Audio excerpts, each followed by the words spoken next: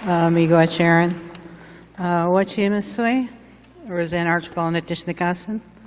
Bear Sage Woman is my traditional name, and I don't often share that in public. It is, to me, a very sacred name that speaks to the medicine that I carry. But I want to, first of all, thank all of you for being here. Thank you, Chiefs, again, for your work, for your energy, for your time. I want to start with one of my favorite quotes. The truth is like a lion. You don't have to defend it. Set it free, and it will defend itself. And that's what we're going to talk about today, is the truth. The truth of what is happening at the AFN. Many of you know me, especially in Ontario. I am relentless in my pursuit of truth. And let me assure you that the struggle for transparency, accountability, and truth is an honorable and worthy cause. It's good to be here standing in front of you as the duly elected National Chief. As Aaron just explained, I am not suspended. Regional chiefs do not have the authority to suspend a national chief. That's why they're bringing tail end, working backwards, to bring you this motion, number 3, because they're trying to cover their tracks of the mistakes they made. Why did they attempt to suspend me? Because I told the truth about the corruption at the AFN. They don't want you to know the truth. They don't want me to talk directly to you.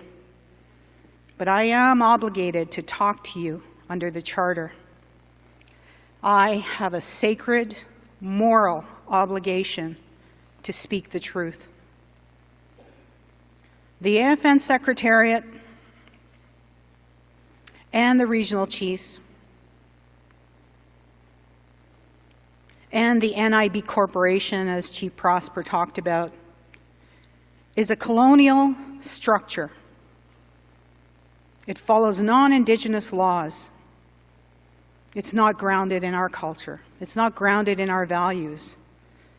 It's not grounded in our traditions. It is a non-Indigenous corporation.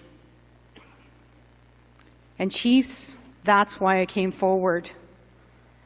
The current structure is a threat. It is a danger. That's my oath. That I am here to tell you about the dangers and threats to your sovereignty, to your jurisdiction, to your rights, to the survival of your communities. And as it stands now, the National Indian Brotherhood Corporation is a threat to all of those things. How many of your regional chiefs shared full disclosure with you, all the facts? I don't think very many. They're hiding, being told to hide behind legal threats. There's a legal boogeyman in this room, and that's always held over our heads as AFN executive. But I know that my obligation is an ethical one, that I have a sacred responsibility above all else, above the non-Indigenous laws of this country. We have natural laws given to us by the Creator. These natural laws are our sacred responsibility to take care of these lands that the Creator placed us on, to protect our way of life, our self-determination, our self-government. This flows from the Creator. This is our highest obligation. Our highest obligation is not to protect the National Indian Brotherhood Corporation.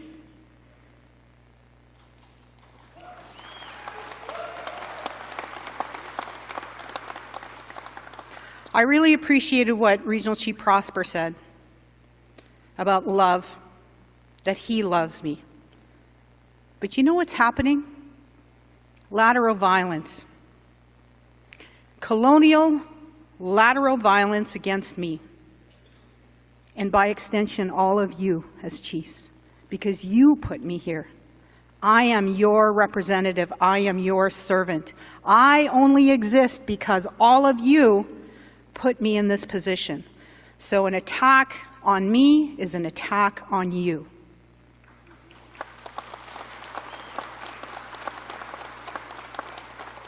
The regional chiefs have usurped your authority. It is your authority to determine what happens to the national chief. You elected me, not the regional chiefs. You determine what discipline I face, not the regional chiefs. It's time for you, chiefs, to take the AFN back. Assert yourselves as chiefs. I know you work hard in your communities. I know that you love the people. We suffer sometimes because of our love. People attack us, but that doesn't ever diminish the love we have and the service we feel to our people. And I know all of you feel that in your hearts. You feel that love and care. It's why you're sitting here today. It's why you're sitting on council. It's why you chose this path forward, to lift up people, to help them move forward in life in a good way. And I said earlier, I believe it is your deep and abiding love and care that underlies all of your work, because I know it underlies mine. And as you look at me as the first woman national chief undergoing this kind of lateral violence, you must call upon this love that you have for your wives, your daughters, your granddaughters, your mothers, your aunties.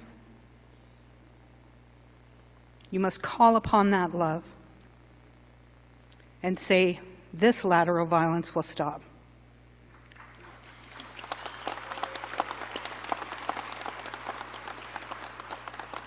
I have always stood for transparency, accountability, and truth, always.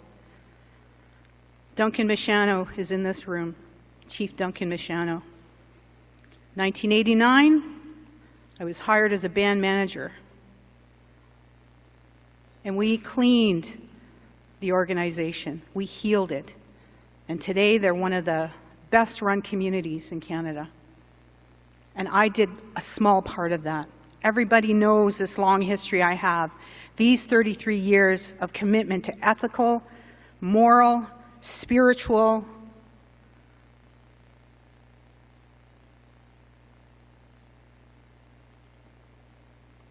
work.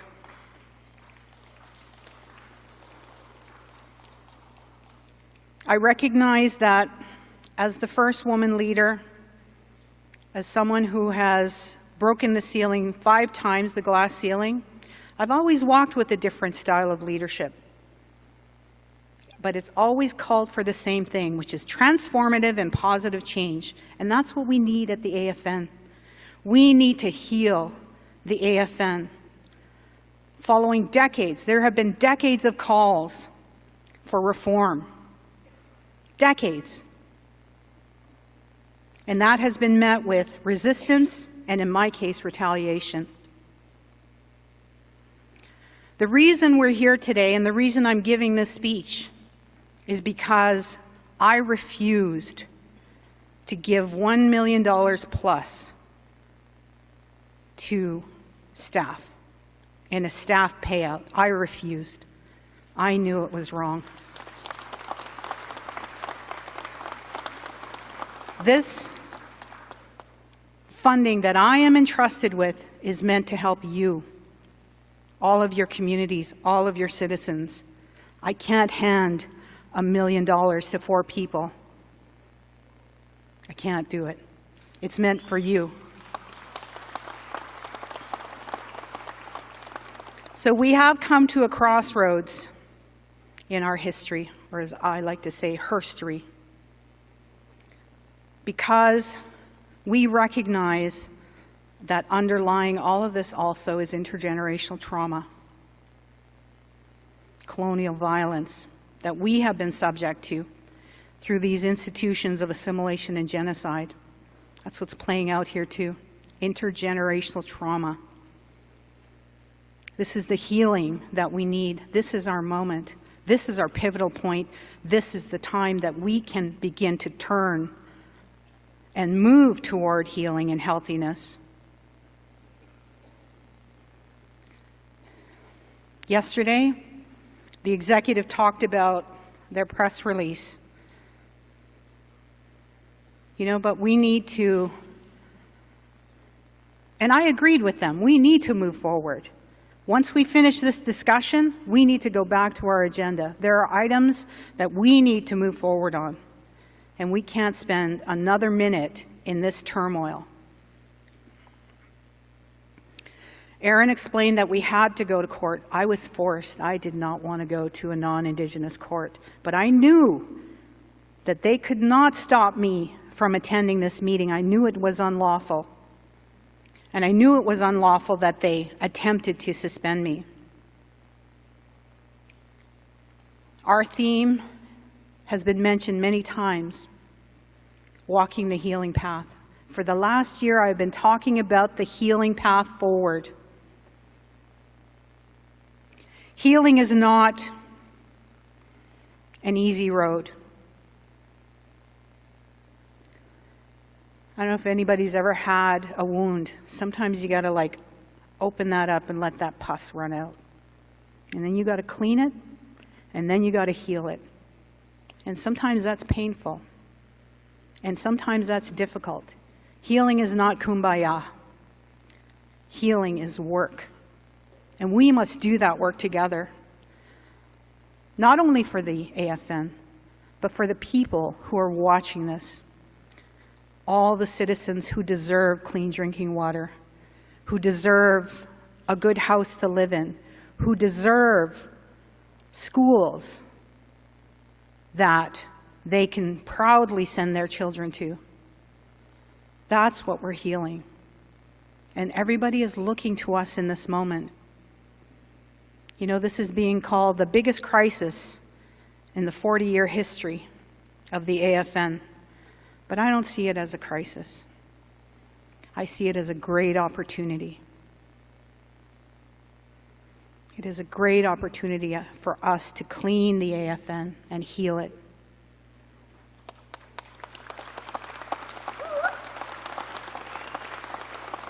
We're on the right track, Chiefs. Make no mistake about it. Focus. Focus on the facts. I was not suspended because of an HR investigation. I was suspended because I talked to the chiefs in Ontario in an in-camera session and told them about my concerns that are 4 years old. They're not from April, May, June. They're from 4 years ago. And somebody recorded that in-camera session, and somebody shared that to the media. And that's when things went sideways.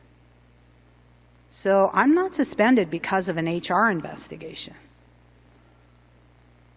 I am suspended because I am speaking the truth.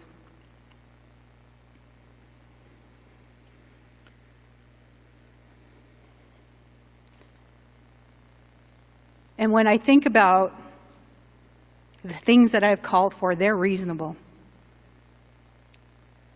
I sent you chiefs information about bank transfers, about questionable contracts. I sent you this information.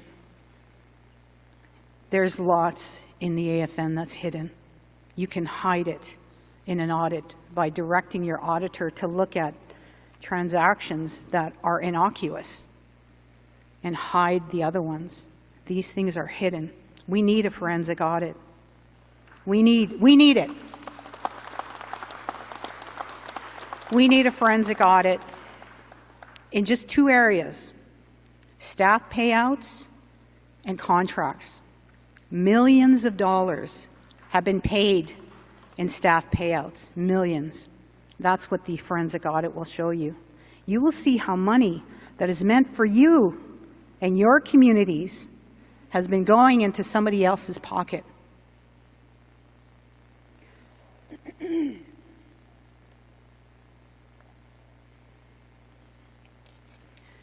We must have the forensic audit. The independent investigation is very important as well. Think about what's happening to me. Media leaks, stories, one-sided stories being touted in the news. Who's sending that information? Why are they sending that information? Why am I under attack? These are questions that you deserve an answer to. And that's what this independent investigation will show us. It will show us the toxicity that we must root out of this organization. It will show us where we need to heal. It will show us solutions out of this situation that has been building up for decades.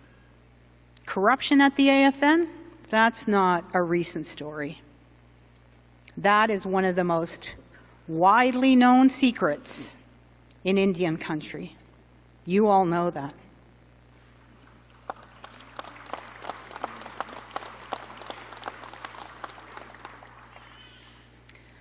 So I do have a plan. I do have a path out of this. We need to establish a new corporation based in our culture and values, based in our 7 sacred teachings. And that corporation will create a construct for staff to be healthy, safe, and have a work environment where they will celebrate going to. Right now, there's so much fear in the AFN. And it predated me, believe you me. So I think I want to tell you that Buckminster Fuller said, "You never change things by fighting the existing reality. To change something, build a new model that makes the existing model obsolete." That's our path forward. We need a new model. My vision is to honor what the regional chiefs are calling for. If they want to sit as administrative chiefs on a corporation that is grounded in colonial laws, then let them. We need a leadership council, a political leadership council. I want it to be those regional chiefs. I've asked them. Regional Chief Woodhouse said to me, "I don't want to be on your leadership council." He said that to me in a meeting. Well, who will be on the leadership council then if it isn't regional chiefs? Well, the path forward is let's set up a chiefs leadership council so you can take back this organization and we can transfer all of those staff that are in that toxic environment at the AFN Secretariat into a healthy corporation grounded in our culture. Our new AFN will exist to do several things. Create a national space where First Nations can participate in a forum to engage in dialogue and make decisions on your shared goals. To facilitate the reclamation, revitalization, and evolution of what I'm calling an international political structure. Nations that you all are made out of. Not individual bands, but nations. That's who you really are. Don't ever let this colonial structure convince you that you are one chief of a small band. You are a part of nations. And our nations made treaties. Our sovereignty, our inherent rights given to us by the Creator made treaties. Nations made treaties. We are nations.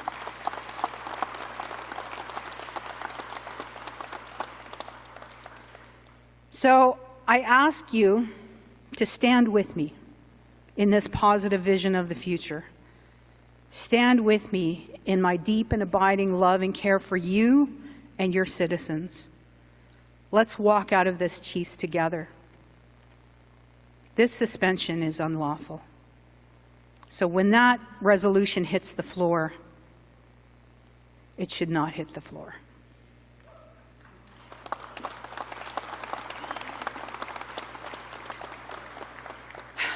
When you support me, you will be supporting your own fights. I know many of you have told me stories about your own struggles. 5 minutes left. Against corruption in your own communities. You know, Chiefs, every day you're subject to lateral violence, many of you, sometimes really difficult situations. So when you support me, you will be fighting against corruption, not only in the AFN, but everywhere. When you support me, you will be saying no to lateral violence and yes to lateral kindness.